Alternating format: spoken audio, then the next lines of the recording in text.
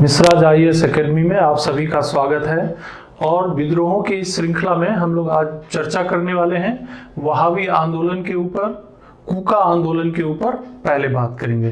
तो देखिए, भारत में जब ब्रिटिश शासन के खिलाफ अलग अलग कारणों से विद्रोह हो रहे थे, उन विद्रोहों में वहाबी आंदोलन की महत्वपूर्ण भूमिका है।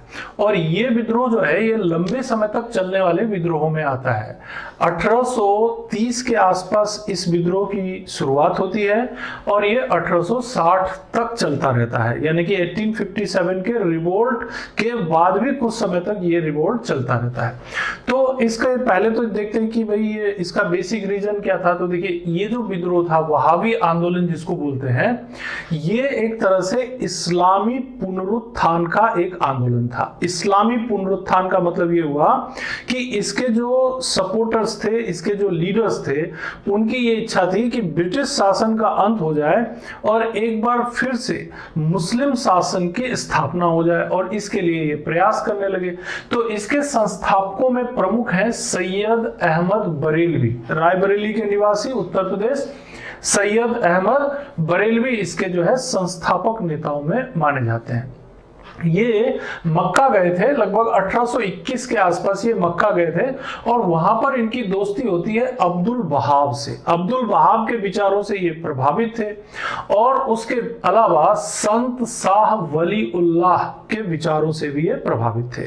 तो देखिए, यहाँ पर सैयद अहमद बरेलवी इस वहाबी आंदोलन के संस्थापक हैं, और इनके विचारों पर मक्का के अब्दुल वहाब और संत शाह वली उल्लाह के विचारों का प्रभाव देखने को मिलता है। इन्हीं के विचारों से प्रभावित होकर इन्होंने वहाबी आंदोलन की रूपरेखा बनाई, और उद्देश्य क्या निर्धारित किया इन्होंने कि भारत को दार अल हर्ब, दार अल हर्ब का मतलब होता है दुश्मनों का देश। दुश्मनों का देश मतलब क्या हुआ कि वो देश जहां पर मुस्लिम शासन नहीं है या फिर मुस्लिम धर्म के समर्थकों का शासन नहीं है, उसे दार अल हर्ब कहते हैं। दारुल हर्ब भी प्रचलित शब्दों में इस्तेमाल करते हैं, लेकिन दार अल हर्ब मतलब दुश्मनों का देश। और उसके स्थान पर क्या बनाना चाहते हैं, तो दार अल इस्लाम बनाना चाहते हैं, यानी कि मुस्लिमों का देश बनाना चाहते हैं। ये इनका उद्देश्य, पर्पस है। लेकिन इसके लिए तो ब्रिटिश शासन को खत्म करना पड़ेगा ना। ब्रिटिश शासन के दमन चक्र को खत्म करके, ब्रिटिश शासन के खिलाफ लड़ाई करके आपको दार अल हर्ब को समाप्त करके और दार अल इस्लाम की स्थापना करनी है। ये विचारधारा थी सैयद अहमद बरेलवी की। अब इन्होंने अपनी प्रोसेस को स्टार्ट किया, तो इन्होंने कहा भाई ये तो ऐसे पूरा हो नहीं पाएगा ये उद्देश्य। तो इन्होंने कहा कि अंग्रेजों से धर्म युद्ध करना पड़ेगा, अंग्रेजों से धर्म युद्ध करना पड़ेगा, यानी कि जिहाद करना पड़ेगा। और जब जिहाद करेंगे, साथ ही साथ अंग्रेजों के साथ किसी प्रकार का सहयोग भी नहीं करेंगे, अंग्रेजों को कोई कोऑपरेशन नहीं देंगे, उनकी मदद नहीं करेंगे, तो अल्टीमेटली क्या होगा, अंग्रेज, ब्रिटिश जो लोग हैं जो भारत में हैं, वो परेशान होंगे और यहां से चले जाएंगे। इस तरह की इनका तरीका था आंदोलन का। ठीक, अब इसका शुरू हुआ, आंदोलन का प्रचार प्रसार शुरू हुआ। तो आंदोलन का जो प्रचार प्रसार है उसमें उत्तर प्रदेश जो है, इसका जो है मुख्य एरिया था, मुख्य क्षेत्र था। और उत्तर प्रदेश में आंदोलन का प्रचार प्रसार बढ़ा, और उसके लिए देखिए इन्होंने एक किताब भी लिखी, यानी कि सैयद अहमद बरेलवी महोदय ने एक पुस्तक के माध्यम से, मतलब इनके विचारों का एक संग्रहण है जिसका नाम है सिरात ए मुस्तकीन। सिरात ए मुस्तकीन ये एक फारसी ग्रंथ है, और इस फारसी ग्रंथ में इनके द्वारा ये जो अलग अलग समय पे जो विचार दिए गए थे, उन विचारों को संग्रहित किया गया। तो तीन बातें मुख्य रूप से आती हैं कि वहाबी आंदोलन को कैसे बढ़ाएंगे आगे। तो इन्होंने कहा कि भाई हमारे पास सशस्त्र सेना होना चाहिए, मतलब हमारे पास ऐसे लोगों का समूह होना चाहिए जिनके पास आर्म्स हो, जिससे हम ब्रिटिश सरकार का जो है सामना कर सके, उनके सैनिकों का सामना कर सके। पहली बात ये। दूसरी बात उन्होंने कहा कि केवल आर्म से यानी कि केवल हथियारों से हम इस लड़ाई को नहीं जीत पाएंगे, हमारे पास अच्छे नेता होने चाहिए। तो देश के कोने कोने में अच्छे नेताओं की आवश्यकता है, तो हमें अच्छे नेता चुनना पड़ेगा। दो बात हो गई। तीसरी बात यह है कि जिहाद जब हम करेंगे, क्योंकि ब्रिटिश सैनिक मजबूत हैं, ब्रिटिश जो है वो सत्ताधारी है, पावर में है, तो हमारे आंदोलन को तुरंत वो कुचल देंगे। इसीलिए आंदोलन की शुरुआत वहां से की जाएगी, जिहाद की शुरुआत वहां से की जाएगी जहां पर कि मुस्लिम बहुल क्षेत्र होंगे, जहां पर हम ताकतवर होंगे, यानी मुस्लिमों की संख्या ज्यादा होगी और वो ताकतवर होंगे, उन क्षेत्रों से हम इस विद्रोह की शुरुआत करेंगे। ये एक स्ट्रेटजी थी और विचारधारा भी। और इसके लिए फिर उन्होंने अपनी अलग अलग जगह तय की है कि भाई हम कहां से शुरुआत करें। तो देखिए, एक तो यहां पर पश्चिमोत्तर प्रांत में, नॉर्थ वेस्टर्न जो एरिया है, पश्चिमोत्तर प्रांत, जैसे ये वाला एरिया हो गया आपका पाकिस्तान और अफगानिस्तान वाला, ये नॉर्थ वेस्टर्न एरिया का हिस्सा हो गया। इस एरिया में उन्होंने शुरुआत की अपनी, और वहां पर जो कबायली इलाका था, वहां पर सिथाना करके एक जगह, सिथाना, उसको उन्होंने केंद्र बनाया, वहां से शुरुआत किया अपने ये जो वहाबी आंदोलन है उसका। इसके अलावा बंगाल प्रेसिडेंसी में कलकत्ता को इन्होंने केंद्रित बनाया, क्योंकि वहां भी मुसलमानों की संख्या काफी थी। वेस्ट बंगाल में कलकत्ता को इन्होंने केंद्रित बनाया। और उस समय देखिए, ये बांग्लादेश जो है, वर्तमान का बांग्लादेश, ये भी जो है बंगाल का ही हिस्सा था, तो कलकत्ता को केंद्रित बनाया, वहां पे भी मुसलमानों की संख्या काफी ज्यादा थी।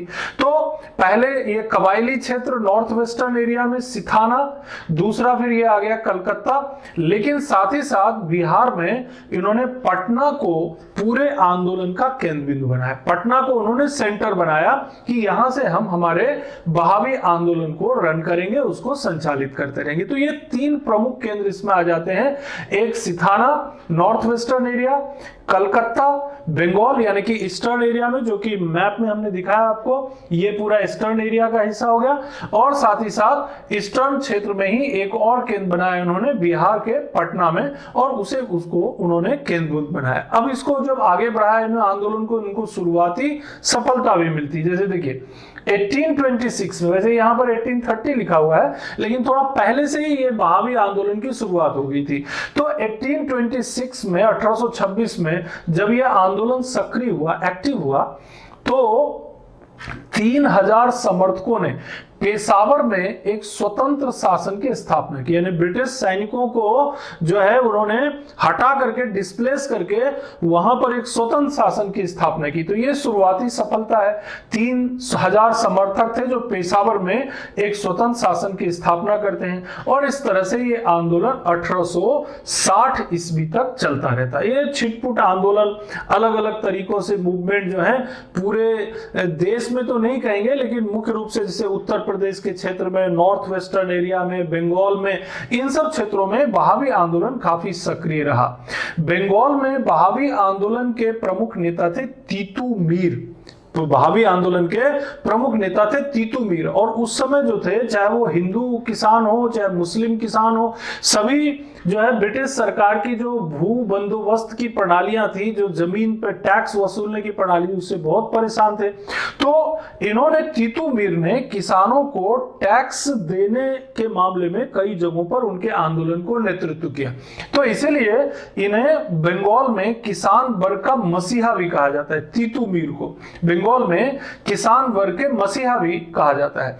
इसके अलावा कुछ अन्य नेता भी हैं, जैसे विलायत अली है, इनायत अली है, इन लोगों ने भी इस बहावी आंदोलन को अपना नेतृत्व प्रदान किया। तो ये एक आंदोलन है जो 1857 के जो विस्तृत आंदोलन होता है, उसके अलावा भी भारत में बहुत से ऐसे आंदोलन हुए जिससे कि ब्रिटिश सरकार को बहुत मुश्किल का सामना करना पड़ा। और ये प्रदर्शित करता है कि ब्रिटिश सरकार की नीतियों के खिलाफ भले ही स्थानीय स्तर पर हो, क्षेत्रीय स्तर पर हो, आंदोलन लगातार हो रहे थे, लगातार चल रहे थे।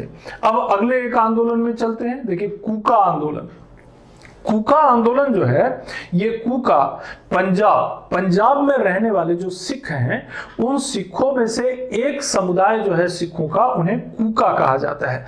ये कूका जो है, ये जो नामधारी सिख होते हैं ना, उन्हीं को कूका भी संबोधित किया जाता है। जो नामधारी सिख होते हैं, जैसे उनका जो होता है गुरुवाणी, गुरु नानक का जो वाणी है या उनकी जो बातें हैं, उसका जोर जोर से वो पाठ करते हैं, गुरुवाणी का जोर जोर से पाठ करते हैं, उसे कहा जाता है कूक। वो उनका एक अपना तरीका है। जो कूका है वो नामधारी सिख हैं और गुरबानी का पाठ करने का अपना एक तरीका है।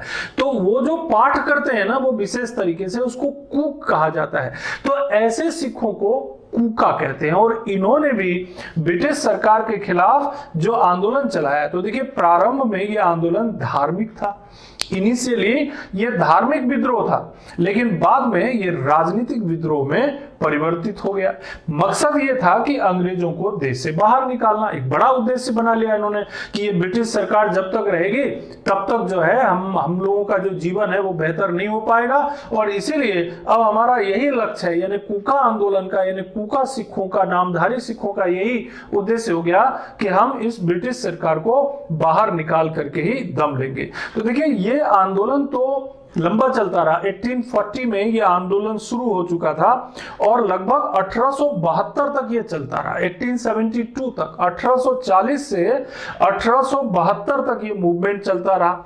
मुख्य रूप से पश्चिम पंजाब में जो कूका लोग थे, उन्होंने 1840 में नेतृत्वकारी भगत जवाहर मल, ये सब याद रखना पड़ता है, भगत जवाहर मल के नेतृत्व में ये आंदोलन की शुरुआत होती है। ये भगत जवाहर मल जो है, इन्हें सियान साहब भी कहते हैं, इनके उपनाम है। कभी ऐसे क्वेश्चन में आ जाता है ऑब्जेक्टिव क्वेश्चन में कि निम्नलिखित में से किस व्यक्ति को सियान साहब से भी संबोधित किया जाता है, तो ध्यान रखिएगा कूका आंदोलन के जो शुरुआत करने वाले जो नेतृत्वकारी व्यक्ति हैं भगत जवाहर मल, उन्हें सियान साहब नाम से भी संबोधित करते हैं। तो भगत जवाहर मल के अलावा बालक सिंह, राम सिंह, इन लोगों ने भी इस आंदोलन को जो है नेतृत्व प्रदान किया। तो यहां पर मैंने 3 नेतृत्वकारी व्यक्ति बताए, पहले भगत जवाहर मल, फिर उसके बाद बालक सिंह, और उसके अलावा राम सिंह का उल्लेख मैंने यहां पर किया है।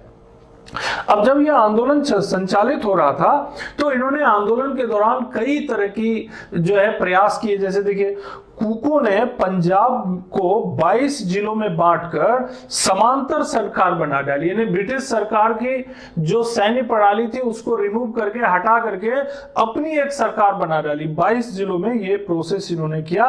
और इस समय जो वायसराय थे ना, ब्रिटिश जो कंपनी थी, उसके जो वायसराय थे उस समय लॉर्ड नॉर्थ ब्रुक, यानी उस समय ब्रिटिश शासन आ गया था, ईस्ट इंडिया कंपनी तो खत्म हो गई थी। लॉर्ड नॉर्थ ब्रुक जो थे, इस समय जो है भारत के वायसराय थे, और इनके समय में कूका आंदोलन जो है हुआ। तो कभी कभी ये क्वेश्चन भी आ जाता है कि कूका आंदोलन के समय भारत के वायसराय कौन थे, या इससे पहले भी जैसे वहाबी आंदोलन है उसके दौरान जब ये शुरू हुआ उस समय वायसराय कौन थे, तो थोड़ा ध्यान रखना पड़ता है। यहां पर मैंने आपको बताया लॉर्ड नॉर्थब्रुक का जिक्र यहां होता है। 1872 में राम सिंह जो है, इनको निर्वासित कर दिया जाता है, इन्हें डिस्प्लेस कर दिया जाता है, हटा दिया जाता है, और इनको भेज दिया जाता है विद्रोह जो है रंगून भेज दिया जाता है, बर्मा उस समय बर्मा कैपिटल रंगून था, उनको वहां भेज दिया जाता है। जैसे कई भारत के ऐसे क्रांतिकारी हुए, आंदोलनकारी हुए, जिनको रंगून भेज दिया जाता है। तो ये जब राम सिंह को यहां से डिस्प्लेस कर दिया गया 1872 में, तो ये आंदोलन थोड़ा कमजोर पड़ने लगा, और इस तरह से कूका आंदोलन भी धीरे धीरे अंत हो गया। अब हम एक और विद्रोह की बात करते हैं, नाम है युआन व जुआंग विद्रोह। युआन व जुआंग विद्रोह, ये विद्रोह जो है 2 फेज में होता है। पहला फेज है 1867-68 का, और दूसरा फेज है 1891-1893 का।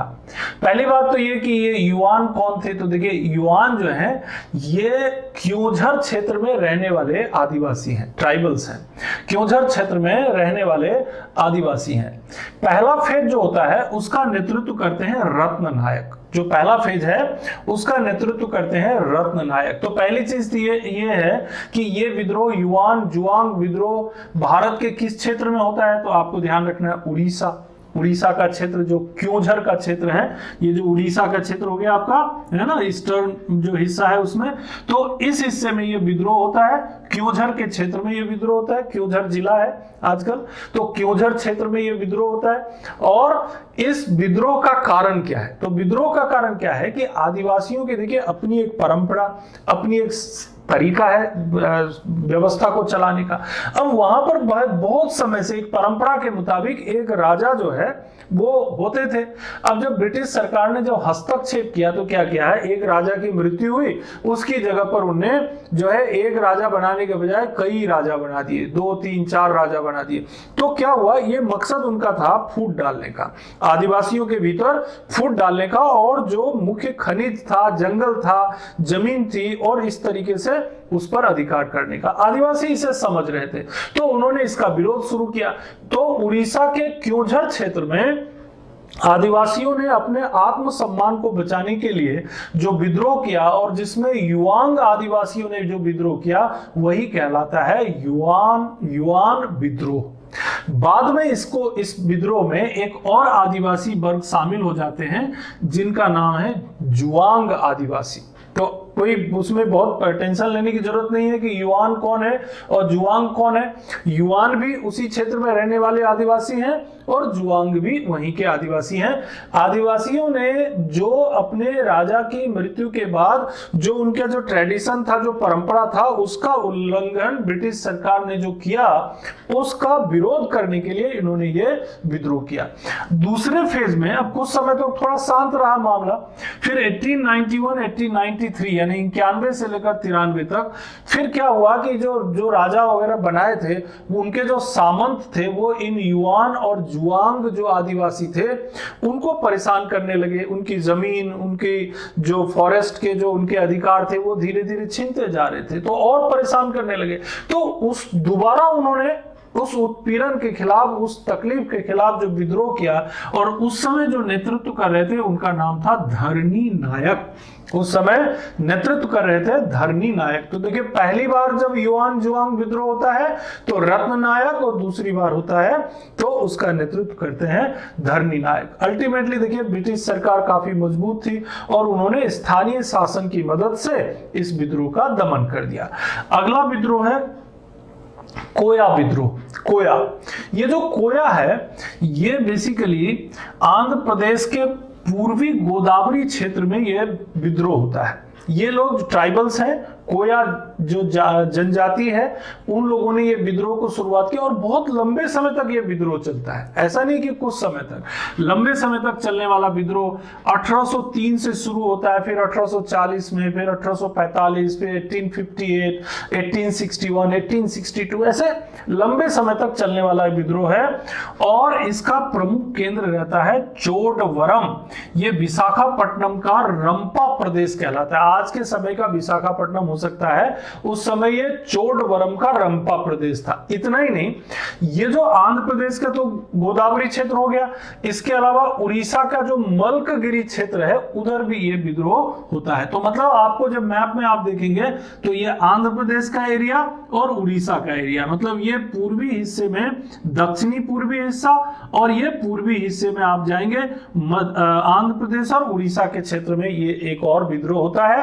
और इस विद्रोह में आप देखिए कारण क्या रहता है, एक तो पुलिस उत्पीड़न रहता है कारण, दूसरा जो साहूकार होते हैं, व्यापारी होते हैं, वो भी जो है आदिवासियों का शोषण करते हैं। वो लोग ताड़ी पीते थे, और ताड़ी का क्या करते थे, ताड़ी तो भाई एक पेड़ से निकलने वाला पदार्थ है ना, ताड़ के पेड़ से या खजूर के पेड़ से, एक सामान्य प्रक्रिया, उनके कल्चर का हिस्सा था। उन्होंने क्या किया, ब्रिटिश सरकार ने ताड़ी पर भी आबकारी अधिनियम लागू कर दिया। आबकारी अधिनियम लागू करने का मतलब क्या हुआ, उस पे भी थोड़ा टैक्स दो। इससे भी बहुत नाराज हो गए आदिवासी, और उन्होंने जो है ये कोया विद्रोह यानी कि एक विद्रोह की शुरुआत कर दी। इसमें मुख्य रूप से जो विद्रोह करता थे वो कोया आदिवासी थे, कोया आदिवासी, और उन पहाड़ों में रहने वाले, नहीं इन विशाखापट्टनम के आसपास या उड़ीसा के मलकगिरी क्षेत्र में रहने वाले जो आदिवासी सरदार होते थे उनको बोलते थे कोडा सोरा। कोडा सोरा यानी पहाड़ों में रहने वाले नेतृत्वकारी साथी, तो उन लोगों ने मिलकर ब्रिटिश सरकार का विरोध किया। इनके प्रमुख नेताओं में एक तो टोम्पा सोरा का नाम याद रख सकते हैं और दूसरा है अनंत सैयार का नाम याद रख सकते हैं। एक टोम्पा सोरा और दूसरा अनंत सैयार का नाम याद रख सकते हैं। ये अनंत सैयार के बारे में ये एक जानकारी है कि इन्होंने एक राम सेडू यानी राम की सेना का गठन किया था। राम सेडू, अगर कभी क्वेश्चन आ जाता है राम सेडू जो है ये किसने बनाया या किस विद्रोह से संबंधित है, तो वहां पर आपको ये काम पड़ जाएगा कोया विद्रोह, या शॉर्ट नोट में आपको लिखने को आ जाएगा तो वहां पर भी आप लिख सकते हैं, कोया विद्रोह में जिक्र कर सकते हैं। रेयर इंफॉर्मेशन रहती है ऐसी कुछ कुछ। तो राम सेडू जो है यानी राम की सेना, ये अनंत सैयार ने जो है उन्होंने बनाया था। तो दो नेता हो गए, टेम्पा सोरा और अनंत सैयार, और इस तरह से ये आंदोलन भी जो है ये चलता रहा कुछ समय तक, और 1862 तक जाते जाते फिर ये आंदोलन भी दमन कर दिया गया, क्रश कर दिया गया और समाप्त हो गया। फिर एक और विद्रोह देख लेते हैं। ये विद्रोह जो है नागालैंड और मणिपुर क्षेत्र का है। इसको बोलते हैं रानी गैडिनेल्यू का विद्रोह। बड़ा इंटरेस्टिंग है ये रानी गैडिनेल्यू। ये वो विद्रोह है जिसमें रानी गैडिनेल्यू जो है वो ब्रिटिश शासन के दौरान विरोध भी करती हैं और स्वतंत्रता के बाद भी रहती हैं। तो आप देखेंगे, जैसे देखिए इनको जो है पद्म भूषण भी मिला है। रानी गैडिनेल्यू को 1982 में पद्म भूषण मिला है। 1996 में बिरसा मुंडा, इनकी मृत्यु के बाद आफ्टर डेथ 1996 में बिरसा मुंडा पुरस्कार भी मिला है। 1996 में 1996 में भारत सरकार ने इनके नाम पे एक टिकट भी जारी किया है। स्टाम्प जो है, स्टाम्प जो जारी करते हैं भारत सरकार, तो स्टाम्प टिकट भी जारी किया। तो कहने का मतलब ये भी एक बड़ा महत्वपूर्ण विद्रोह है। कहां पर हुआ? तो नागालैंड और मणिपुर में।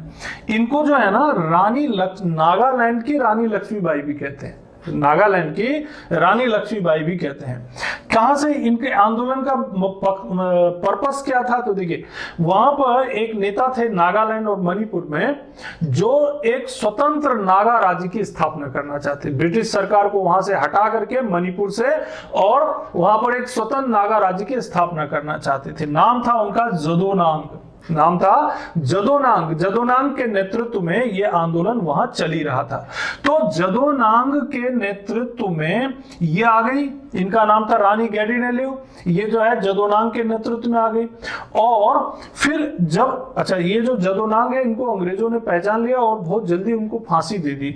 तो देखिए इनको 29 अगस्त 1931 को 29 अगस्त 1931 को जदोनांग को फांसी दे दी गई। अब होता यह है कि जदोनांग को जैसे ही फांसी दे दी जाती है उसके तुरंत बाद इसका नेतृत्व आ जाता है रानी गैडिनेल्यू के हाथ में। और रानी गैडिनेल्यू ने बड़े ही सफलतापूर्वक, बड़े ही शानदार ढंग से आंदोलन को आगे बढ़ाया और ब्रिटिश सरकार की हालत खराब कर दी नागालैंड और मणिपुर में। इसीलिए इनको जो है नागालैंड की रानी लक्ष्मीबाई भी कहते हैं। और देखिए जवाहरलाल नेहरू ने भी इसे एप्रिसिएट किया है इनको। और रानी की उपाधि जो आप देख रहे हैं ना, बार बार मैं रानी गैडिनेल्यू बोल रहा हूं, तो ये रानी की उपाधि है जवाहरलाल नेहरू ने, और फिर आजाद हिंद फौज ने इन्हें रानी से संबोधित किया है ना, रानी से संबोधित किया है। और इन्हें जो है आजाद हिंद फौज ने भी इन्हें जो है रानी की उपाधि दी है। आजाद हिंद फौज ने भी इन्हें रानी की उपाधि दी है। तो इस तरह से ये रानी गैडिनेल्यू बन जाती हैं, गैडिनेल्यू से रानी गैडिनेल्यू बन जाती हैं। जब भारत स्वतंत्र हो जाता है उसके बाद भी ये रहती हैं और इन्हें पद्म भूषण, बिरसा मुंडा अवार्ड और इनके नाम पर एक डाक टिकट भी जारी किया जाता है। तो ये विद्रोह हो गया हमारा नागालैंड का। तो ये नागालैंड के हिस्से पे आप एक बार देख सकते हैं, है ना, नागालैंड का जो हिस्सा है ये देखिए, ये पूर्वी नॉर्थ ईस्टर्न एरिया का हिस्सा नागालैंड, और इसी के जस्ट नीचे देखिए मणिपुर। और यहाँ पर ये आंदोलन चल रहा है। पहले जो है इस आंदोलन का नेतृत्व कर रहे हैं जदोनांग, और जदोनांग के बाद इसका नेतृत्व कर रहे हैं रानी गैडिनेल्यू। तो इस तरह से ये हो जाता है, इसको हम कह सकते हैं रानी गैडिनेल्यू का नागा आंदोलन। अब देखिए कुल मिलाकर के अगर हम समराइज करें तो भारत में 1857 रिवोल्ट के अलावा 1857 के विद्रोह के अलावा हमने अनेक विद्रोहों का उल्लेख किया है। बहुत सारे विद्रोह आपको बताए जो कि भारत के अलग अलग हिस्सों में हुए। मैं उन सारे को एक रिव्यू नहीं करा सकता क्योंकि 3 अलग अलग क्लासेस में ये मैंने बताया है। तो मैं आप लोगों से यही रिक्वेस्ट करूंगा, जो भी आप ये वीडियो देख रहे हैं, कि आप उन तीनों वीडियो को देखिएगा, पूरी तरह से देखिएगा, जिससे कि आपको ये जो इतने भी छिटपुट विद्रोह हुए उसके बारे में जानकारी आ जाएगी। इसका फायदा ये होगा कि अगर कोई भी रिवोल्ट, किसी भी रिवोल्ट के बारे में शॉर्ट नोट भी आ गया या भारत में हुए क्षेत्रीय विद्रोहों के ऊपर अगर फुल क्वेश्चन भी पूछा गया यूपीएससी में या स्टेट पीएससी में, तो आप उसे सॉल्व करने में सफल होंगे। इसके लिए आपको 3 अलग अलग वीडियो में आपको अलग अलग हिस्सों में बताया गया है। तो देखिए कौन कौन से विद्रोह आपने पढ़े। एक जनरल मैं आपको बता दूं, सन्यासी विद्रोह आपने पढ़ा, चुआरों का विद्रोह आपने पढ़ा, हो मुंडा विद्रोह आपने पढ़ा, इसके अलावा संथाल विद्रोह के बारे में आपने पढ़ा, अहोम विद्रोह के बारे में आपने पढ़ा, इसके अलावा पागलपंथी विद्रोह के बारे में आपने पढ़ा, फकीर विद्रोह के बारे में आपने पढ़ा। फकीर विद्रोह के अलावा आपने बघेरा, रामोसी, पॉलगीरों का विद्रोह आपने पढ़ा, पॉलगीरों का विद्रोह। इसके अलावा आप लोगों ने यहाँ पर गड़कड़ी विद्रोह, किट्टूर रिवोल्ट के बारे में पढ़ा, दीवान वेलू थम्पी का विद्रोह आप लोगों ने पढ़ा, और इस क्लास में आप लोगों ने वहाबी आंदोलन को विस्तृत रूप से देखा। वहाबी आंदोलन के अलावा आप लोगों ने यहाँ पर जो है कूका विद्रोह के बारे में भी पढ़ा, युआन और जुआंग विद्रोह के बारे में भी आपने पढ़ा। इसके अलावा आपने कोया विद्रोह और रानी गैडिनेल्यू के नागा आंदोलन के बारे में भी आपने पढ़ा। तो प्लीज अगर आपको हमारा ये चैनल पसंद आता हो, हमारे लेक्चर आपके लिए बेनिफिशियल हो, तो चैनल को सब्सक्राइब कीजिएगा, इसे शेयर भी कीजिएगा और लाइक और कमेंट भी कीजिएगा। अगले 1857 के रिवोल्ट में हम आपसे फिर मिलते हैं। धन्यवाद।